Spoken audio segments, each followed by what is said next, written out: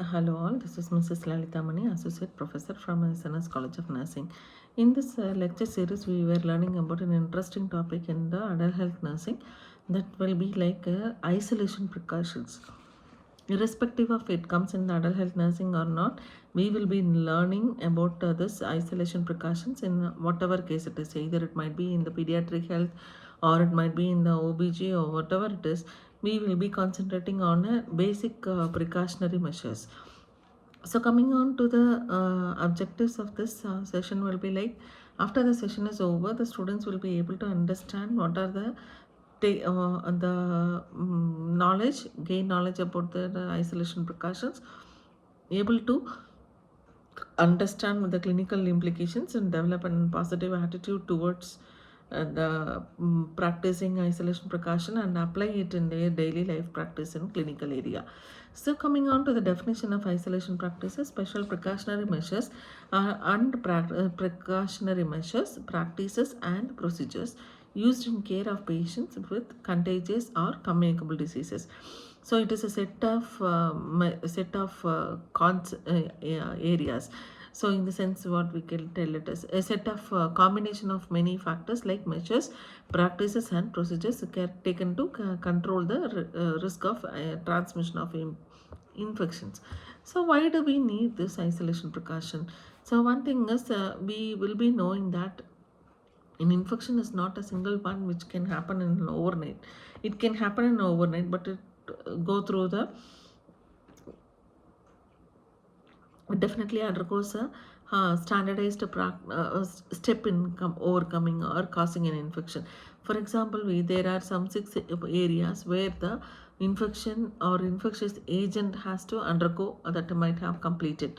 One is the infectious agent, and coming on to that, what is the host, where is the transmission method, who is the recipient, how it is being transmitted, mode of transmission, the vector, everything. So coming on to that, how to save or go for this isolation precautions, how to save a life, break the chain, prevent the infection. So coming on to that, then we have the three major concept. One is we need to save the life, break the chain, and prevent the infection. So when we say the chain of infection, we will be concentrating on the host, and the entry, portal of exit, portal of entry, portal of exit. Then coming on to the mode of transmission, how it is being transmitted, when, everything. So while we say this, we need to go for saving a life, breaking the chain and prevent the infection.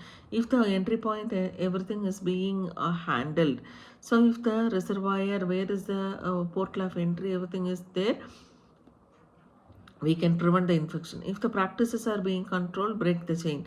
And if it is being properly done, we will be definitely saving the patient life. Why we need to do this? The purposes of to carry out an isolation precaution is to prevent the cross infection which is happening between patient to patient through the hospital personnel, and to continue and contain any infection diseases with the agent itself, and to confine and contain the blood and body fluids.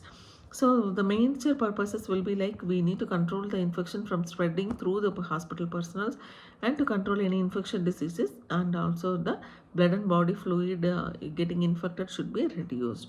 So we need to follow the isolation precautions, and just to keep in mind that the chain of infection is where we need to concentrate on.